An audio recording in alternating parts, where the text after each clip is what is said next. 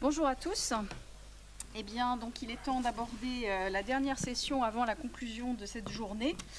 Et donc, elle concerne la transition numérique. Et nous allons commencer par une présentation donc, de Noza Boujema, qui est directrice de recherche à l'ENRIA et conseillère du PDG sur le Big Data. Noza participe également à un bureau de directeur de l'association européenne Big Data Value Association qui pilote avec la Commission européenne le partenariat public-privé dans le domaine du Big Data. Voilà, Noza, tu as la parole pour 15 minutes de présentation. Merci Pascal. Bien, donc là on termine avec la transition numérique, après avoir vu toutes les transitions qui concernent le périmètre de connaissances d'Al-Envie. D'abord quelques mots introductifs, justement pour situer un petit peu en fait, mon objectif c'est vraiment de donner un petit panorama sur les sciences des données et leurs challenges d'un point de vue sciences du numérique, donc mathématiques et informatique. Alors, Big Data, effectivement, c'est pas quelque chose qui est né aujourd'hui. C'est des techniques qui existent depuis un certain temps. En fait, l'émergence de cette vague, parce c'est le cas de le dire, hein, on peut parler de vague Big Data, c'est en fait la convergence de trois facteurs. La convergence de trois facteurs qui n'existaient pas. C'est la convergence qui n'existait pas, c'est pas individuellement en fait chaque partie. Donc effectivement, ce raz-de-marée de données qui étaient auparavant, qui étaient dans un certain nombre de secteurs, mais pas dans tous les secteurs. Aujourd'hui, on est en train de vivre justement avec les objets connectés. En fait, tout objet, je dirais, numérique, tout device est en train de débiter de la donnée partout dans tous les secteurs, quel que soit le secteur d'activité. Donc là déjà, il y a un raz-de-marée où tout le monde se rend compte finalement qu'est-ce qu'on va en faire. D'un autre côté, des capacités de calcul inégalées et surtout à coût abordable, qui n'était pas tout à fait le cas il y a pas très longtemps. Et puis surtout, le gap, je dirais pas incrémental, hein, c'est ça aussi le côté assez, je peux dire disruptif dans les technologies d'apprentissage. C'est depuis 2 ans seulement, il y a eu un saut. D'un seul coup, c'est pas petit à petit, un saut de environ 15% de taux de reconnaissance, en tout cas de bons résultats, grâce donc à des techniques particulières comme en particulier le deep learning. Et donc là, effectivement, on passe de ce qu'on appelle le data analytics au système cognitif. Et alors effectivement, il y a pas mal de buzzwords, big data, intelligence artificielle, et on ne sait pas trop comment les connecter. En fait, très simplement, c'est pas une vague après l'autre. Enfin, c'est pas du tout ma lecture des choses. Les big data, c'est pas une finalité. Ce sont des enablers. Enfin, c'est des technologies qui permettent donc d'atteindre des objectifs comme l'intelligence artificielle, c'est-à-dire l'aide à la décision et justement produire donc des systèmes cognitifs. Alors, l'évolution de ces en fait, tout le monde a connu dans ses études des statistiques descriptives, donc c'est pas nouveau non plus. Hein, mais justement, c'est en train d'évoluer entre l'aspect descriptif vers ça a déjà eu lieu, hein, cette analyse vers le diagnostic. Maintenant, de plus en plus, on est en train de vivre le prédictif, donc être capable de généraliser des modèles et de prévoir ce qui, en termes d'identification, ce qui pourrait arriver en faisant cette généralisation de modèles. Et avec ce qu'on appelle les systèmes cognitifs ou l'intelligence artificielle, on est plutôt dans du prescriptif. Donc, qu'est-ce qu'on doit faire? Et là, c'est plutôt les systèmes dits intelligents, d'aide à la décision, ou alors des systèmes qui passent directement à la décision. De toute façon, il n'y a pas intérêt. Il y a toujours le rôle de l'humain à préserver. Donc, voilà cette évolution. Maintenant, bien entendu, cette transformation centrée sur les données, cette transformation numérique centrée sur les données, eh bien, elle a généré une révolution. C'est pas qu'une révolution numérique, c'est économique, sociologique, enfin ça change et ça bouleverse énormément notre organisation à la fois économique, sociétale, etc. Et d'ailleurs, les industriels d'un certain nombre de secteurs non plus, les industriels historiques n'ont plus la garantie de le rester, vu qu'il y a de nouveaux entrants qui ont les données leur permettent donc de nouvelles pistes et de nouveaux modèles business qui permettent vraiment de faire en sorte qu'il y a émergence de nouveaux acteurs qui réussissent très bien, contrairement donc à des acteurs historiques. Enfin, je ne l'ai pas mentionné, mais c'est un peu ce que vous entendez de temps en temps, le mot sur l'ubérisation. Alors, quelque chose d'assez important, c'est quand même la dualité données-algorithmes. Donc, données sans algorithme, c'est une masse inerte. Des algorithmes sans données, c'est un process creux. Quand on parle de gouvernance de données ou d'algorithmes, il faut souvent associer les deux parce qu'on ne peut pas faire l'un sans l'autre. Et ça, c'est, de mon point de vue, assez important. Et puis, pour justement ces aspects-là, il y a quand même un verrou qui est la confiance et l'appropriation. C'est-à-dire qu'on peut avoir toutes les bonnes technologies très performantes. S'il n'y a pas de confiance, s'il n'y a pas d'appropriation, ben, on n'ira pas très loin. Alors, bien sûr, sur donc, les techno big data, dans tous les domaines, enfin aujourd'hui je ne sais pas quel est le domaine qui ne gère pas de données, donc vous connaissez un certain nombre, l'industrie 4.0, l'urbanisation au sens maintenance prédictive, les smart cities, etc., mais aussi l'environnement, la gestion des ressources, l'optimisation des ressources, la biodiversité, l'observation de la Terre, tout ça, dans tous les secteurs, enfin dans ces secteurs-là, il y a vraiment une abondance de données qu'il va falloir comprendre et puis tirer à partir de là le côté prédictif et le côté prescriptif. Donc il y a beaucoup de choses à faire, beaucoup de choses à mettre en place. Donc je ne vais pas développer quelles sont les applications dans l'environnement parce que c'est vous qui serez les mieux positionnés pour savoir comment utiliser les techno big data, chacun dans son secteur. D'accord ? Mais donc, en fait, je vais vous décrire davantage quels sont aujourd'hui, d'un point de vue recherche numérique, quels sont les challenges qu'on est en train de vivre. Et puis d'abord, surtout se mettre d'accord sur un certain nombre je dirais de définitions ou de conventions. Parce que quand on dit big data, personne n'a la même définition de ce qu'est big data. Donc là, ça a l'avantage justement d'être inspiré par le Strategic Research and Innovation Agenda de Big Data Value Association, dont je suis justement membre de son bureau directeur. Et donc là, c'est avec les plus grands industriels et les plus petits aussi, européens de Big Data, mais aussi centres et universités, centres de recherche et universités. Et il y a un consensus sur ces 5 piliers qui définissent le périmètre de ce qu'on appelle technologie big data. Et donc il y a bien sûr tout ce qui est data management de données structurées, de données non structurées. Vous savez très bien qu'il y a une vraie difficulté sur donc la manipulation et la gestion et l'interopérabilité de données hétérogènes, de sources différentes, qui ont des ontologies, qui ont des formats différents. Donc l'alignement des ontologies, enfin, ça définit un axe, enfin, tous ceux qui travaillent dans les bases de données connaissent toutes les problématiques qui sont là. Et quand je parle de piliers, il y a encore, je veux dire, c'est des piliers certes, mais tous les problèmes dans chacun de ces piliers n'est pas totalement résolu. Alors la qualité des données, l'origine des données, ça aussi, ce sont de gros sujets qui ne sont pas encore résolus. Le deuxième, c'est donc l'architecture de traitement. Alors, l'architecture de traitement des données, elle peut être de 2 types. Donc, le traitement logiciel, mais aussi le côté architecture hardware. Donc, bien entendu, donc, quand on parle de scalabilité, de passage à l'échelle, donc il y a des méthodes logicielles pour le passage à l'échelle, de parallélisation. Comment on fait pour paralléliser un calcul sur une énorme quantité de données? Donc ça, c'est un savoir-faire particulier. Et des axes de recherche donc en cours.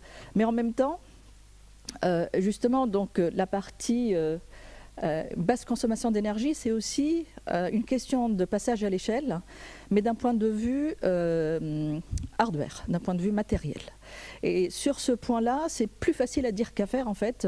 Dans la communauté, on identifie toujours ce challenge comme étant existant, mais il y a très peu de gens qui le font, c'est-à-dire qui allient à la fois le côté logiciel et hardware, et donc logiciel et matériel, pour le passage à l'échelle. Et force de constater, c'est que, en fait, aujourd'hui, ceux qui sont les plus avancés, ça reste toujours les GAFAM, enfin les Google, etc. C'est pas par hasard que c'est Google aujourd'hui qui le seul qui a fait une annonce sur le fait qu'il travaille sur ce genre de puce optimisée pour le machine learning.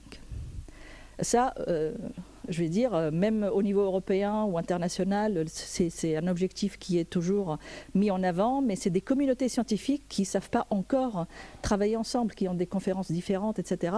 Donc, dans ce que je décris là, bon, voilà, tout n'est pas fait pour plusieurs raisons. Et puis, bien sûr, donc, voilà, la décentralisation sur cloud computing versus fog computing. Bon. Et puis l'analyse de données, bien sûr, le data analytics. Donc là, il y a un volet, donc, bon, bien entendu, j'ai parlé du prédictif et prescriptif, mais la validation des contenus, c'est un énorme sujet, d'ailleurs, qu'on trouve à la fois ici et ici, parce qu'il y a un volet déjà en entrée de jeu, dans la récolte des données, il y a un côté vérification de la qualité qu'on peut faire en amont, mais les méthodes d'analyse de données peuvent aussi aider à la détection justement d'outliers et en fait, d'implémenter la véracité de ce qu'on appelle un des V des big data, que je n'ai pas cité, parce que je pense que vous en avez plus qu'assez de tous les V. Donc sur la véracité qui reste un vrai... Enfin, c'est un verrou vraiment difficile. C'est-à-dire que la véracité des données, quelle que soit la qualité de vos algorithmes, si les données sont à côté de la plaque, de manière intentionnelle ou non intentionnelle, parce que ça peut arriver, les deux, pour des problèmes de capteurs ou pour une attaque de sécurité, on peut fausser vos données. Enfin, donc c'est des choses qui... La véracité des données, si... on dispose du meilleur algorithme, s'il part sur des données qui ne sont pas représentatives du problème alors qu'on le croit, le résultat il va être à côté de la plaque et on ne va pas peut-être s'en rendre compte et ça c'est un petit peu compliqué. Alors sur la protection des données, beaucoup au départ sur ce volet-là, en fait, ont surtout évoqué l'anonymisation des données. Il y a eu énormément de recherches de budgets européens et non européens sur cette partie privacy, protection des données, mais d'un point de vue anonymisation. Alors là, effectivement, c'est très restrictif comme définition de la protection des données. Et là, on est en train de faire évoluer justement cette lecture de la protection des données pour aller au-delà de l'anonymisation, parce que très clairement, il n'est pas du tout certain que ça soit robuste à la réversibilité. C'est même le contraire. On est peut-être même plus sûr que ce n'est pas robuste. Et donc, il faut explorer d'autres pistes que l'anonymisation pour la protection des données. Et je vais vous donner quelques aperçus plus tard. Alors le data vise, là aussi, il y a comprendre les données. Jusque-là, donc toute la chaîne, là on arrive à, en tout cas, essayer de comprendre un peu ce qui se passe. Et le data vise, c'est comprendre et faire comprendre. Il ne suffit pas d'avoir, je dirais, le résultat d'un algorithme, il faut être capable aussi de le comprendre et de l'exploiter. Bien, donc en termes de challenge, alors, c'est très important de toujours donc, préserver la place de l'humain. Il faut s'écarter de tout ce qui est, on appuie sur un bouton et on a le résultat. Et ce n'est pas une tâche très simple, parce que ça demande justement d'être capable de faire du temps réel, d'être capable d'apprendre de peu d'exemples. Et ça, dans la communauté d'apprentissage, ça reste donc des difficultés identifiées. En tout cas, ça pose vraiment... Et l'idée derrière, c'est de faire en sorte que cet échange avec le système, que, quand on est en face, que ça soit le plus transparent possible et le moins fastidieux possible. Et surtout, ça permet à une efficacité sémantique plus intéressante puisqu'il y a injection de connaissances humaines et de connaissances du domaine. D'un autre côté, donc ça j'ai déjà évoqué cette partie architecture, et là c'est très clair, Google ne vend pas, c'est un avantage compétitif d'avoir développé ces processeurs spécialisés. Alors là aussi, justement, je voulais pointer quand même un sujet important et difficile aujourd'hui et qui anime un peu la communauté sur les sciences des données, c'est aussi le côté, comment faire en sorte, comment construire la confiance et la transparence sur les données et les algorithmes, et là aussi pour mettre en place des procédures de responsabilité, parce que là, comme vous le savez, données et algorithmes sont partout dans tous les domaines. À un moment donné, il y a de quoi se poser des questions. Donc quelle est la véracité du résultat? Est-ce qu'on peut... Donc là, je décline trois voies pour l'implémentation de la transparence pour la confiance. Donc bien identifier et être capable d'identifier la provenance et le circuit de la gouvernance justement des données, qui appartient à qui a le droit de faire quoi, de quelles données, etc. La transparence sous forme de contrôle, c'est-à-dire le logiciel pris comme une boîte noire. On n'a pas besoin de comprendre ce qui se passe, c'est surtout contrôler les entrées-sorties et être capable de vérifier qu'un logiciel fait ce qu'il dit et ne fait pas autrement, ne fait pas plus et ne fait pas moins. Des lampes torches qui vous demandent votre carnet de contact, ça n'a strictement aucune raison d'être, etc. Il y a des applications d'ailleurs qui ne vous posent même pas la question. C'est ça. Donc c'est très important de mettre en place des outils de transparence pour comprendre ce qui se passe. Alors, et là, c'est la troisième dimension, c'est la traçabilité. La traçabilité, justement, des méthodes de prise de décision. Quels paramètres ? Quels sont les critères qui ont été utilisés, et ça, c'est un enjeu, c'est pas gagné.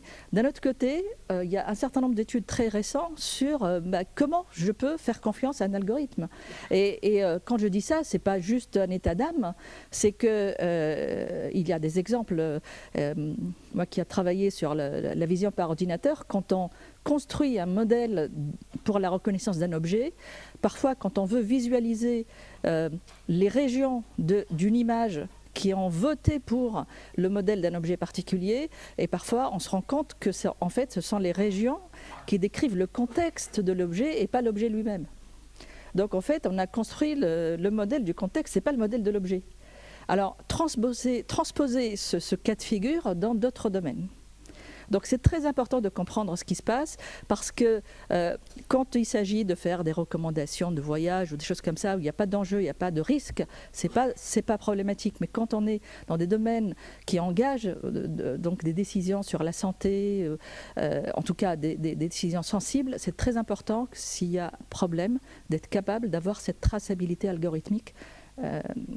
Et l'explication de la décision. Et c'est des choses qu'on est en train de pousser à la fois dans le cadre de la République pour la loi numérique. Donc il y a le Conseil général de l'économie chargé par le cabinet d'Axel Lemaire pour réfléchir sur la mise en place d'une plateforme de test d'algorithmes dans ce sens-là, c'est-à-dire dans le sens de leur transparence, parce que la question se pose, c'est quoi la régulation des algorithmes? Puisque les algorithmes sont partout, comment on va les réguler? Enfin, comment les choses vont se passer? Et là, très clairement, c'est d'une actualité très forte, je dis ça, donc c'est pas du tout en train d'être mis en place. Et sur le plan international, il y a une initiative qui a été lancée il y a 1 an par le MIT, essentiellement, et Telefonica et Mozilla. Donc c'est vraiment très très récent, là aussi ce besoin de transparence des algorithmes. Et encore une fois, ce n'est pas uniquement par manque de confiance, mais parce qu'il y a aussi un besoin d'avoir une traçabilité, besoin de comprendre, mais aussi ça peut être aussi un avantage compétitif. Si on a 2 services, il y en a un qui est capable d'expliquer pourquoi il aboutit à une décision, l'autre qui dit vous prenez le résultat comme voilà, c'est comme ça, c'est une boîte noire. Très clairement, le choix est vite fait. Donc, alors, il y a d'autres sujets justement sur les sciences des données. très clairement, c'est un sujet interdisciplinaire. Il ne faut pas uniquement le prendre par le côté, par les volets mathématiques et informatiques, encore que. Même ça, c'est des fois pas très bien. Cette convergence maths-info n'est pas toujours dans les formations mises en place. Il y a quelques-uns qui le font, mais c'est pas généralisé. Mais en tout cas, avec un certain nombre de partenaires, on essaie de renforcer ces volets-là avec beaucoup d'académiques, mais aussi donc un ingénieur de formation qui a tous les outils de sciences des données et qui n'a aucune idée sur l'économie de la donnée, le droit de la donnée, l'éthique des données, ça pose un vrai problème. Ça pose un vrai problème. Ça a déjà eu lieu. Donc une entreprise française très connue, que je ne vais pas citer, qui a lancé une application sur des téléphones mobiles et il y a eu une expérience justement sur la mesure de la transparence de cette composante. Et en fait, ceux qui ont travaillé, c'est la CNIL et une équipe de recherche INRIA. Quand l'utilisateur dit je partage ou je ne partage pas ma position GPS, en fait, ils se sont rendus compte, ils ont mesuré. Donc c'est ça vraiment le côté important. Ils ont mesuré que de toute façon, cette information partait. Ils ont mesuré quelles informations rentraient, quelles informations sortaient et vers où elles sortaient. Donc il y avait quantitativement et objectivement de quoi remonter vers l'entreprise pour essayer de comprendre pourquoi, etc. Eh bien l'entreprise, les responsables, en tout cas à haut niveau, n'étaient pas au courant. Et ne pas être au courant, d'un point de vue responsabilité, ça ne marche pas. Et quand l'enquête a eu lieu au sein de l'entreprise, c'est des jeunes ingénieurs, d'accord, qui ont pris un open source disponible, qui n'ont pas connaissance de tous les tenants aboutissants. Et en fait, voilà, c'est passé comme ça à la trappe. Et au final, il y a un problème justement de transparence d'une composante logicielle. Mais bref. Voilà. Donc, pour finir, c'est pour vous dire que c'est des choses qui ont déjà eu lieu, sauf que j'ai mis une référence, un lien en tout cas, vers le projet PlanteNet, qui est une initiative de sciences citoyennes dédiée à l'identification des plantes et au suivi de la biodiversité végétale. Donc là, l'idée, c'est de prendre des photos par un appareil mobile et d'être capable donc d'identifier les espèces, d'avoir des identifications collaboratives, donc des validations collaboratives à travers donc des réseaux sociaux et ça c'est quelque chose donc qui a déjà démarré depuis un certain temps mais qui aujourd'hui est très consolidé sur l'aspect grande échelle et temps réel par l'avènement du deep learning par exemple. Voilà, merci. Bonjour, Véronique Bellon-Morel à IRSTEA. Vous êtes passé très vite sur les blockchains, vous n'avez rien dit dessus, vous pouvez nous en dire un mot. Merci. C'est tout à fait vrai, je suis passée même très vite sur plein de choses. Oui, c'est vrai, c'est vrai.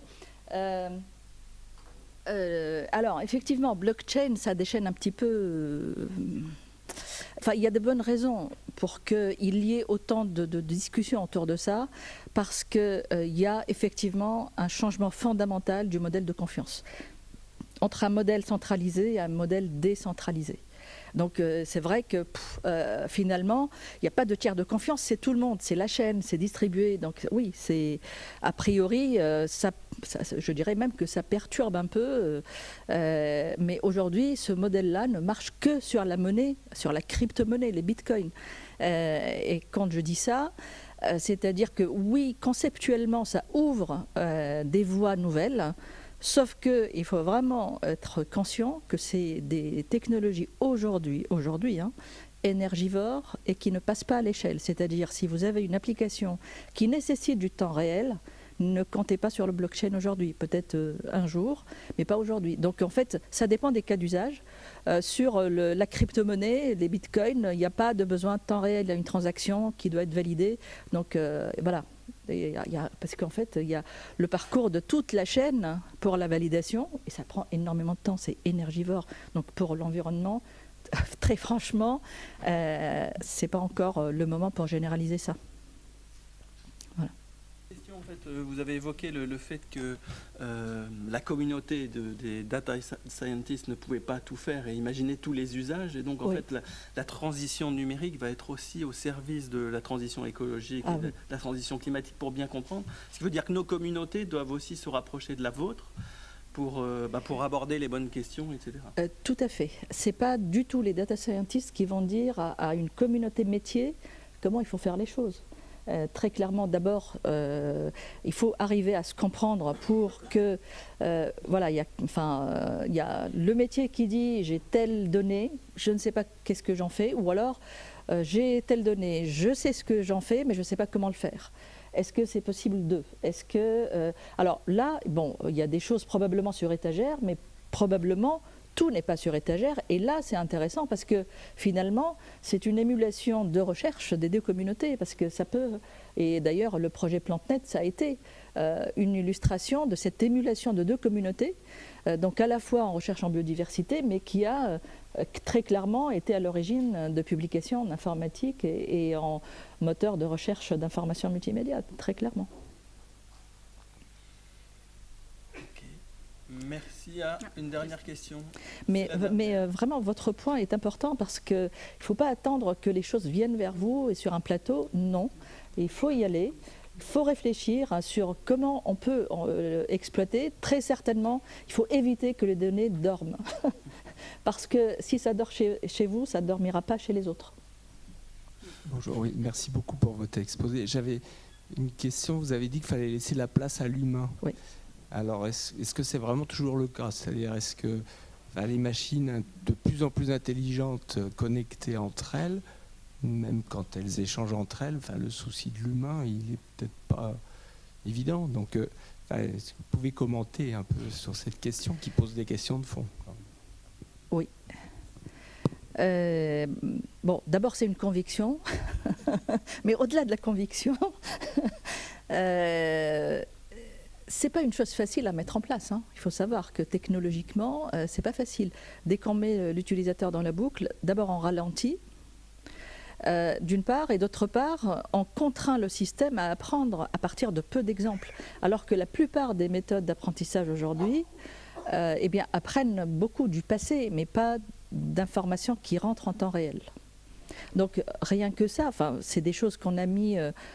Bon, c'est pas ici, mais c'est des choses qu'on a mis dans les objectifs, ce qu'on appelle le Progressive Data Analytics, justement ce côté progressif, parce que ça laisse la place pour l'humain, pour dire en fait non, c'est en train de dériver, c'est pas vers là que ça doit aller, et probablement peut-être que c'est une question de véracité des données, peut-être que c'est du surapprentissage. Importe peu la raison pour laquelle les choses n'évoluent pas comme l'expert métier, en tout cas, pense que... Parce que, encore une fois, ça ne doit pas juste dire voilà la voie et c'est une baguette magique. Non, en fait, en quelque sorte, ça doit... bon...